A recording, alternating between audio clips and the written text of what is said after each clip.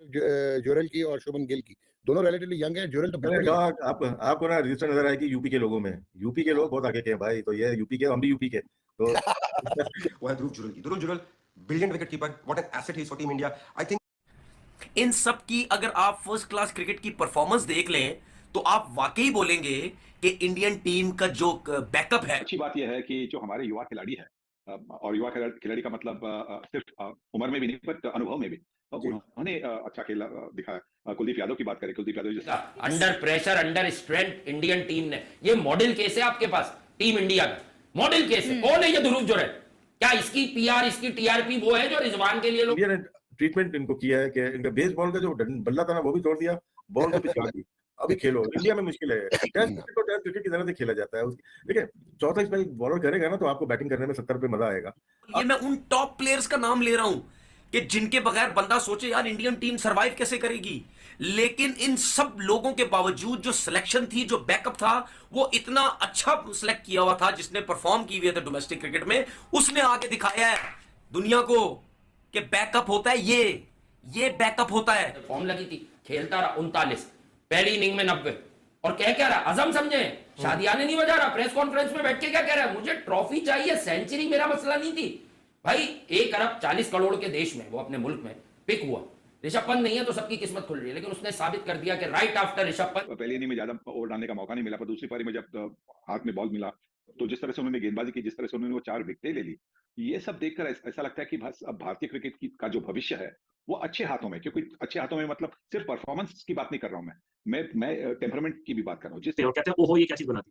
इसकी मिसाल ये बेसबॉल की मैं इसी तरीके समझता हूँ कि देखिए वो एक आई थी ना पिंच हिटर या ऊपर का दायरा इस्तेमाल करने की एक वो आई थी। अभी आप किसी से पूछे जहन में पहला नाम आएगा जयसूर्या और कालू वितरना, किसी को ये याद नहीं आएगा कि 92 वर्ल्ड कप की आप रिकॉर्डिंग जाके देख लें, उसमें कपिल देव तेरे को सूजी जगह पे बरनौल लगा के मिट्टी मिट्टी खारिश होगी। तो भाई सबसे पहले वो लोग सामने आए जो हिंदुस्तान की टीम को बहुत बुरा और रोहित शर्मा को ट्रोल कर रहे थे, और स्पेशली शुभमन गिल को जो घंटा बोल रहे थे। हमेशा उस टाइम टीम बनाते हैं या आपकी टीम बनती है जब आपके पास बैकअप होता है। अब मुझे ये बताएं कि 4 टेस्ट मैचेस के अंदर, इन पूरे 4 टेस्ट मैचेस के अंदर पूरी इंडियन टीम के जितने भी टॉप प्लेयर्स थे, वो हर प्लेयर 1-1, 2-2 टेस्ट मैच के बाद इंजर्ड होता रहा। अब जय हिंद दोस्तों, नमस्कार दोस्तों। भारतीय टीम ने एक बार फिर से बेसबॉल का घंटा बजाते हुए जिस तरीके से एक ऐतिहासिक कमबैक करते हुए इंग्लैंड टीम को हराया, उससे देख दोस्तों दुनिया क्रिकेट भारतीय यंग टैलेंट के दीवाना हो चुका है। इसमें दोस्तों पाकिस्तानी पूर्व क्रिकेटर राशिद लतीफ, ध्रुव जुरैल सहित भारतीय यंग टैलेंट के दीवाने हो चुके हैं, और उन्होंने इस मैच के बाद ध्रुव जुरैल की बैटिंग की जमकर तारीफ की। वही दोस्तों आपको बता देंगे जब इंग्लैंड की टीम पाकिस्तान दौरे पर गई थी तो पाकिस्तान को उन्हीं के घर में 3-0 से फेल कर आई थी। तो चलिए दोस्तों देखिए भारतीय टीम के एक ऐतिहासिक जीत के बाद पाकिस्तानी पूर्व क्रिकेटर और पाकिस्तानी मीडिया क्या कुछ कह रही है। उससे पहले दोस्तों इस वीडियो को एक लाइक करके चैनल को जरूर सब्सक्राइब करेगा, क्योंकि इस चैनल पर ऐसे ही पाकिस्तानी मीडिया से जुड़े वीडियो आते रहते हैं। चलता हूँ। और रांची में हमने देखा कि इंग्लैंड ने जब से अडॉप्ट किया बेसबॉल अप्रोच, तो ये पहली सीरीज हारा बेन स्टोक्स एज कैप्टन, और इंडिया 11 साल से अपनी होम ग्राउंड में कोई मैच नहीं हारा। अब जरा पहले तो ये बातें सीरीज नहीं हारा। अब टेक्निकल बातें तो बाद में होंगी, मुझे बताइए आपके तोते किधर हैं? पहले तो ये बताएं जो फाल निकालते हैं 2 दिन पहले कि जब इंग्लैंड फुल कंट्रोल में होता है और आप कहते हैं कि नहीं इंडिया के मेरे पास ऑस्ट्रेलिया देखी, अगेंस्ट न्यूजीलैंड देखी, अगेंस्ट साउथ अफ्रीका, बहुत दफा इंग्लैंड के खिलाफ 2016 उठा के देख लें, उसके बाद की देख लें आप उठा के। बहुत सारी सीरीज है। एक सीरीज है 2011 में जहाँ पे इंग्लैंड 2-1 जीता था, जहाँ मॉन्टेस पेनिसार एंड सोहान थे, वेरी गुड स्पिनर। यहाँ पे इनके पास स्पिनर्स का ना एक्सपीरियंस नहीं था। अटली भी अभी आए, ये शोएब भी अभी खेल रहे हैं, शोएब बशीर ये भी अभी खेल रहे हैं। इन्होंने उम्दा बॉलिंग की है, पहली इनिंग्स में 5 आउट किया, 3 आउट किया, नॉन बॉलर आके खेला, तो एक्सपीरियंस बहुत ज्यादा नहीं था, लेकिन हारे ये अपनी बैटिंग की वजह से हारे। और जो क्लेफ की है बैटिंग लाइनअप इनकी 140, क्योंकि तकरीबन 1.25 दिन तो इंग्लैंड इतना आगे निकल गया, हमें लगा यार ओहो धर्मशाला में जाके अब डिसाइडर होगा। आज किसी स्टेज पर आपको टेंशन हुई थी जब आप 192 चेस कर रहे हैं और 120 पर 5 विकेट गिर गए थे? थोड़ी सी टेंशन जब हुई, जब जडेजा और सरफराज लगातार सक्सेसफुल डिलीवरीज पर आउट हुए, तो थोड़ी सी टेंशन जरूर हुई थी। क्योंकि उसके बाद में सिर्फ जुरैल की बल्लेबाजी थी और उसके बाद में मतलब अश्विन वगैरह जो आने थे, तो थोड़ा सा डाउट आया था। पर जिस तरह से जुरैल और शुभमन गिल ने बल्लेबाजी की, तो थोड़ी देर में, मतलब लंच के थोड़ी देर बाद, वो जो क्वेश्चन था वो बिल्कुल उन्होंने अच्छी तरह से उसका जवाब दे दिया। और जुरैल की आप बात कर रहे हैं सनी भाई, पहली इनिंग भी वो पारी ना हुई होती तो एक स्टेज पर तो ऐसा लग रहा था यार कम से कम 150 रन इंडिया पीछे होगा, फिर यहाँ पर तो चौथा भी खेलना पड़ेगा। जबरदस्त टेस्ट मैच हुआ ये इंडिया के लिए। बिल्कुल जबरदस्त। और सबसे अच्छी बात यह है कि जो हम और पूरी दुनिया को दिखाया है कि हमारे पास बैकअप है, इसमें तो कोई शक नहीं है। वैसे भी पूरी दुनिया आईपीएल को मानती है और पूरी दुनिया इंडिया के सिस्टम को मानती है। आज हमारे लोगों को समझ आ जानी चाहिए, और आज अगर नहीं भी समझ आती तो फिर हमारे लोगों का अल्लाह ही हाफिज है। डोमेस्टिक सिस्टम तगड़ा हो, डोमेस्टिक सिस्टम की हम बात करते हैं, तगड़े का मतलब क्या होता है? डोमेस्टिक सिस्टम तगड़े का मतलब यह होता है कि आपके परफॉर्मर तगड़े होने चाहिए डोमेस्टिक क्रिकेट के, जो टीम के अंदर आए। परफॉर्मर आएंगे तो आपकी टीम अच्छा परफॉर्म करेगी। जितने भी टॉप प्लेयर्स थे वो हर प्लेयर एक एक दो दो टेस्ट मैच के बाद इंजर्ड होता रहा। अब इतने टॉप के प्लेयर्स के इंजर्ड होने के बाद आपने ऐसा जबरदस्त बैकअप रखा हुआ था जिसका फर्स्ट क्लास क्रिकेट का परफॉर्मेंस थी। उन लड़कों के पास एक्सपीरियंस था फर्स्ट क्लास क्रिकेट का, उन्होंने आके टेस्ट मैच के अंदर परफॉर्म किया। शुभमन गिल की आप परफॉर्मेंस देखें, लेके आती हैं स्पेशली टेस्ट मैच के अंदर।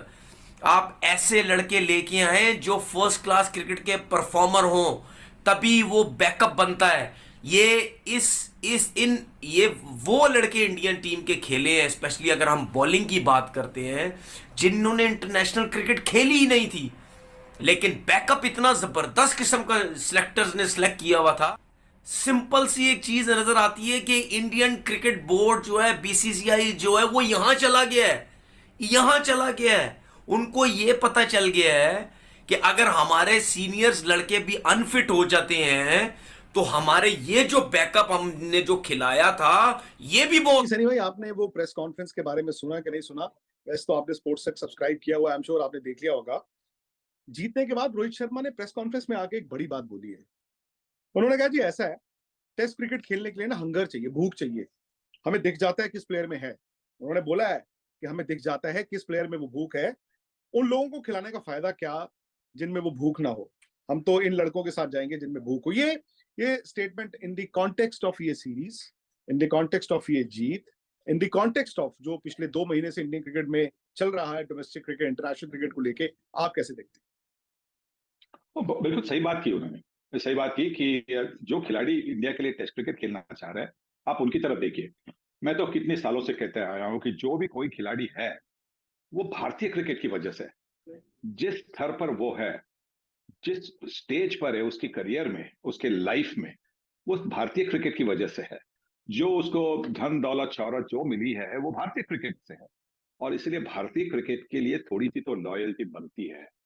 और अगर वो आप नहीं दिखाना चाहेंगे, आप जो भी कारण दिखाएंगे और कि हमें ये नहीं खेलना है, वो नहीं खेलना है, तो फिर ये अच्छा है कि जैसे रोहित शर्मा ने बताया कि जिस खिलाड़ी में वो भूख है कि भारतीय क्रिकेट के लिए करने की एक वो आई थी। अभी आप किसी ने पूछे, जहन में पहला नाम आएगा जयसूर्या और कालू वितराना। किसी को ये याद नहीं आएगा कि 92 वर्ल्ड कप की आप रिकॉर्डिंग जाके देख लें, उसमें कपिल देव ओपन कर रहे थे, माँ ग्रेट बैच ओपन कर रहे थे, इयन बोथम ओपन कर रहे थे। क्यों कर रहे थे? कॉन्सेप्ट आ चुका था। और शायद जो सबसे पहली जो चीज थी, जो पहला जो था, वो सलीम यूसुफ थे 1989 में शारजाह में, जब पाकिस्तान ने यूज किया था ये कॉन्सेप्ट। 6 के रन रेट से उस जमाने में खेले थे, ठीक है। लेकिन कालू वितराना और जब ये आए, जो एक मिनट रुक जाए, राशिद लतीफ भी नंबर 3 पे जाके 50 किया था इन्होंने। वो तो 97 में किया था ना। मैं कॉन्सेप्ट की बात कर रहा हूँ, और उसमें और भी लोग थे। मैं भी एक बात करना चाह रहा हूँ ना कि देखिए, जब कालू वितराना और उनका जब 95 में जो ऑस्ट्रेलिया में सीरीज थी, जब ये फिनोमिनन आया, तो उसके बाद आपको याद होगा कि वो फिलिप डिफ्रेटस पिंडी में क्वार्टर फाइनल में 96 के वापस स्पिन कर रहे थे, और वो डिश एंटीना के ऊपर जयसूर्या को उठा के फेंक रहा था। किसी को समझ में नहीं आ रहा था क्या हुआ, ठीक है। फैसला बात है, ठीक है। अच्छा, बात ये है कि जब समझ में आई ना, ये वही चीज है जैसे हमारी रिवर्स स्विंग थी और ये इनका ये अटैकिंग प्ले था। जब पिक हुआ, ऋषभ पंत नहीं है तो सबकी किस्मत खुल रही है, लेकिन उसने साबित कर दिया कि राइट आफ्टर ऋषभ पंत मैं इंडिया का विकेट कीपर बिल्कुल, इंडिया लुक्स वेरी इनसिविल और अपने ग्राउंड पे बहुत अच्छा वो खेल रहे हैं। भी मेरा ख्याल से गलती हो जाएगी इंडिया में।